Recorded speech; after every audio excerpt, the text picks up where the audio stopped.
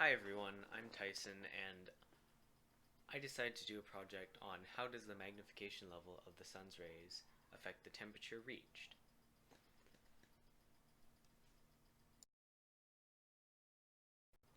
Have you ever pretended to be a detective?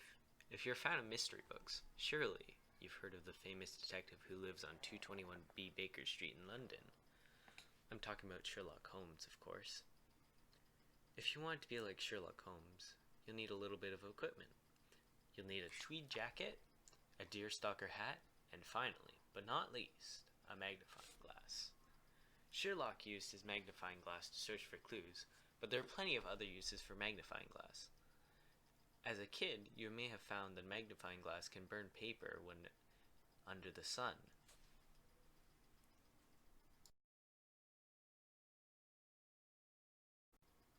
Overview. How do magnifying glasses work? How do they focus sunlight to heat up materials? What factors affect the temperature?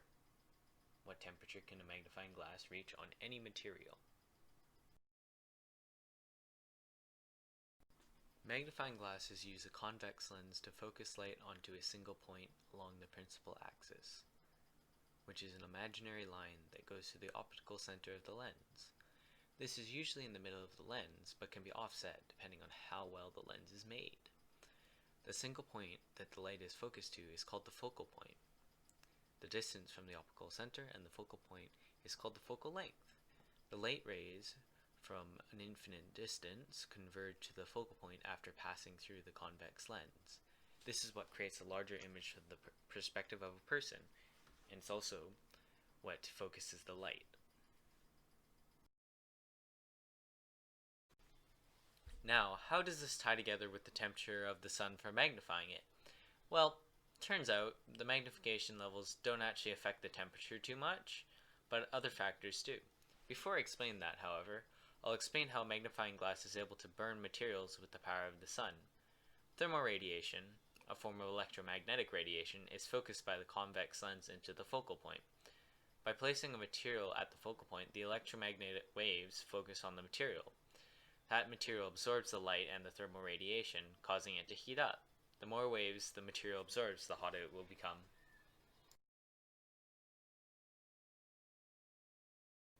Now, as I said before, the magnification level doesn't actually change the temperature, so you're probably wondering what the other factors are. The main factors that affect the temperature are the size of the lens, how much spherical aberration there is, and the material in the focal point. The size of the lens is pretty self-explanatory. The bigger the lens you have, the more sunlight it can focus onto the focal point. The spherical aberration is pretty simple as well. Spherical aberration is how perfect the lens is. If the lens has a spherical aberration, then the focus waves will be offset and won't all perfectly go to the focal point. This is a problem because the material won't absorb as much of the focused waves, therefore not heating up as much.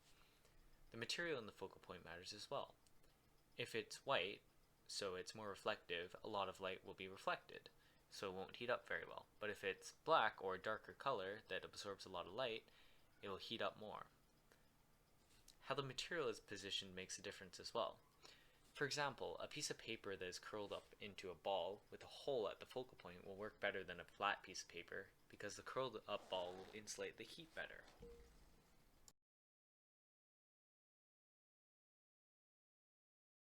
Now with this in mind, how hot can a magnifying glass really get?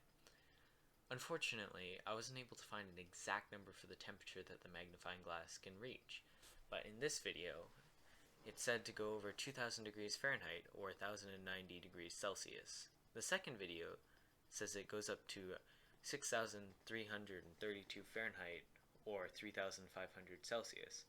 But instead of a magnifying glass, it uses mirrors to reflect light onto the focal point with a concave mirror, so it's a little different from the first video.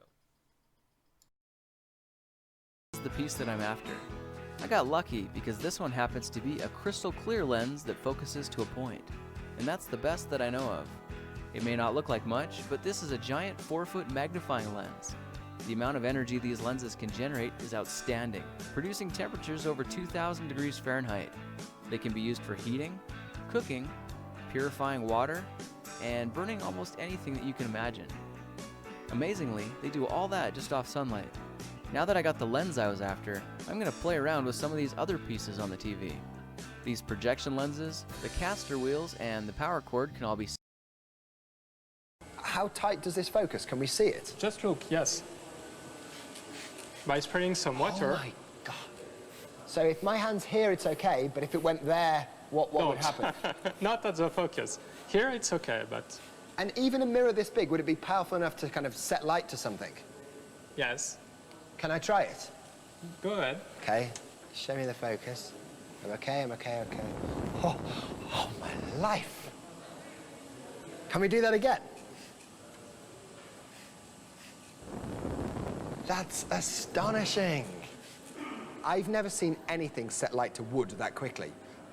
How hot is it in there? What temperature does it get to?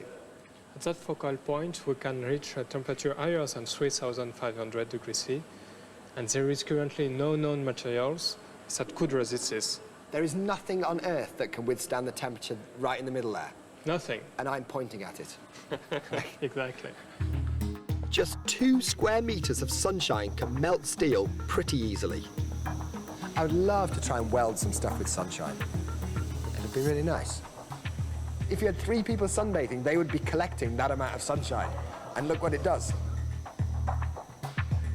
Despite having traveled 93 million miles, the energy of the sun can even melt rock. Look at that. See, to me, that's far more amazing than melting steel. Like, I see steel melt every other day, but I've never seen anything like that.